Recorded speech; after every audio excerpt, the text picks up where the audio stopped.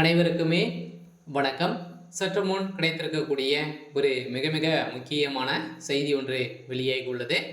சற்று முன் அதிமுகவில் வெடித்த பூகம்பம், மீண்டும் கூட்டணி உடைய போகுது. பார்த்தீங்கன்னா சமீப காலத்திலிருந்து பார்த்தீங்கன்னா அம்மா இறந்த பிறகு திமுகவுடைய கூட்டணி சல்லியாக உடைந்திருந்த நிலையில் தான் பார்த்தீங்கன்னா இப்போ திமுக பலூம் இழந்த ஒரு கட்சியாக தான் இருந்திருக்கக்கூடிய நிலையில் இப்போ ஒரு எடப்பாடி தலைமையில் ஒரு மிகப்பெரிய கூட்டணி தான் வைத்திருந்தாங்க.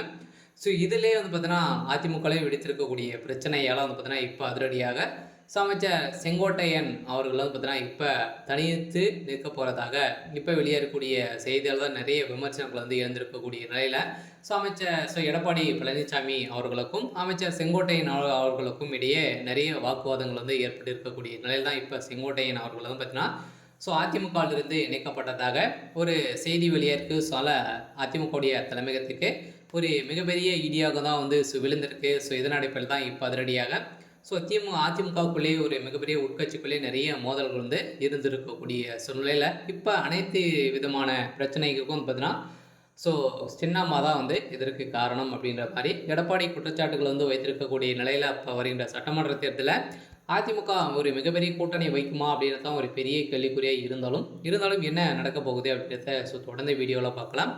அதுக்கு முன்னாடி நம்ம சேனலுக்கு இப்போ தான் நீங்கள் முதல் முறையாக வந்திருக்கீங்க அப்படின்னா மறக்காமல் நம்மளுடைய சேனலை சப்ஸ்கிரைப் பண்ணி சப்போர்ட் பண்ணுங்கள். வாங்க வீடியோக்குள்ளே போகலாம். பார்த்தீங்கன்னா ஏற்கனவே அதிமுக பார்த்தீங்கன்னா சலியாக தான் ஓடிந்திருக்கு. இதன் அடிப்படையில் ஒரு அதிமுக வெடித்த பிரச்சனையால் எம்ஜிஆர் ஜெயலலிதா புகைப்படங்களே இல்லை. இபிஎஸ்க்கு எதிராக செங்கோட்டையன் பார்த்தீங்கன்னா அதிருப்தி அப்படின்ற மாதிரி செய்தி வெளியிட்டிருக்காங்க. கோவையில் எடப்பாடி பழனிசாமிக்கு நடைபெற்ற பாராட்டு விழாவில் ஏன் பங்கேற்கவில்லை என அதிமுகவை சேர்ந்த முன்னாள் அமைச்சர் செங்கோட்டையன் அவர்கள் பார்த்தீங்கன்னா பேசியிருந்த சூழ்நிலையில் தான் இதன் அடிப்படையில் தான் இப்போ சர்ச்சையை அவர் பேசிய நிலையில் சர்ச்சையை ஏற்படுத்தியிருக்கு.